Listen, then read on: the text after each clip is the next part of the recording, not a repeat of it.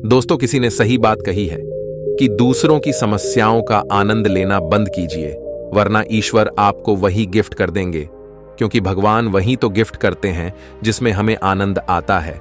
आदतों को लेकर के आपने बहुत सारी कहानी सुनी होंगी, जैसे आदत से मजबूर होना, पुरानी आदत है, जाते आते जाएगी। बहुत सारी कहावतें हैं, जैसी आदत है वैसा जीवन।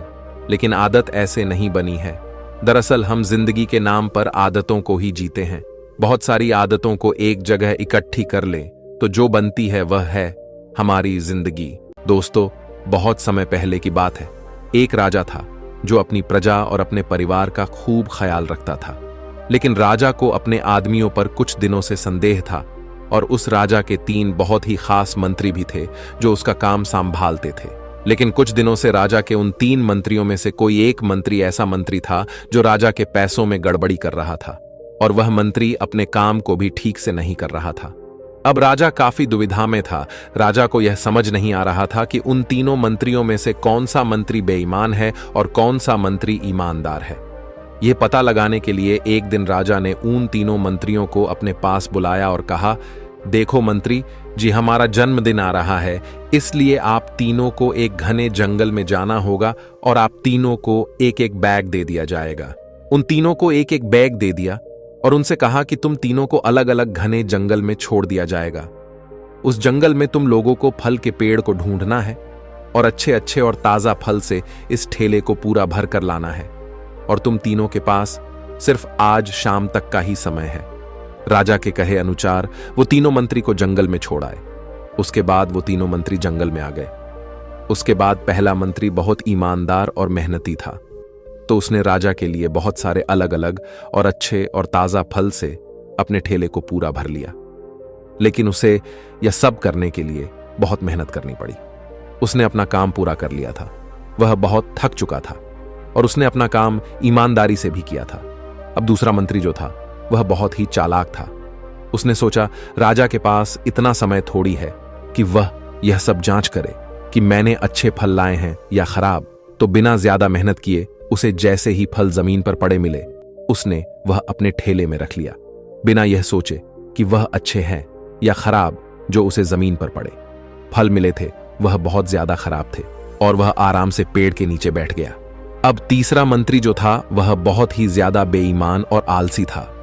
उसने सोचा कि राजा सिर्फ ठेले की लंबाई और वजन ही देखेगा, यह नहीं देखेगा कि उस ढेले के अंदर क्या है और कितनी अच्छी और खराब चीजें हैं।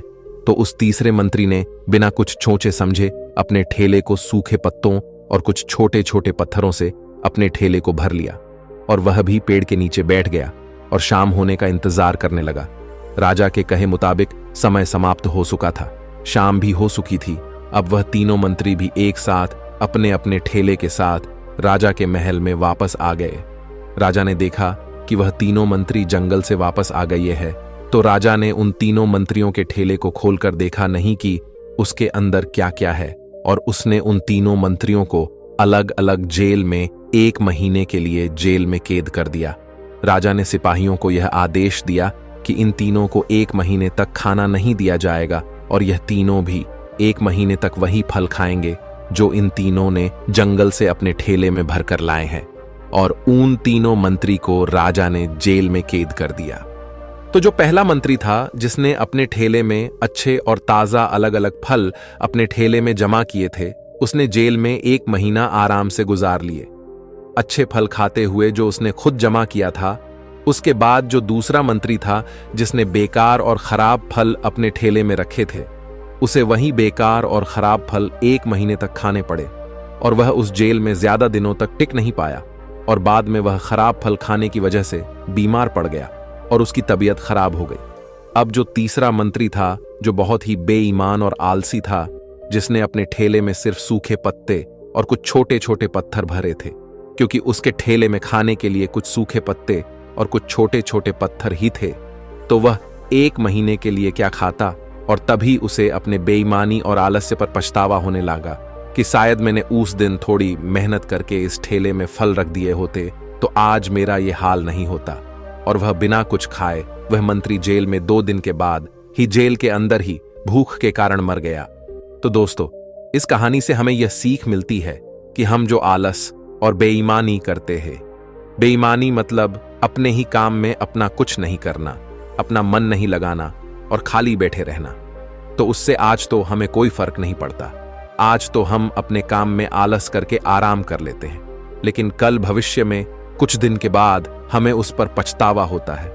आपने बहुत से लोगों को यह कहते हुए सुना होगा कि काश उस समय पर मैं ऐसा कर लेता तो आज उस इंसान की जगह मैं होता, लेकिन उस समय पर उन लोगों ने आलस को अपनाया था, इसीलिए वह आज जहां के वही है।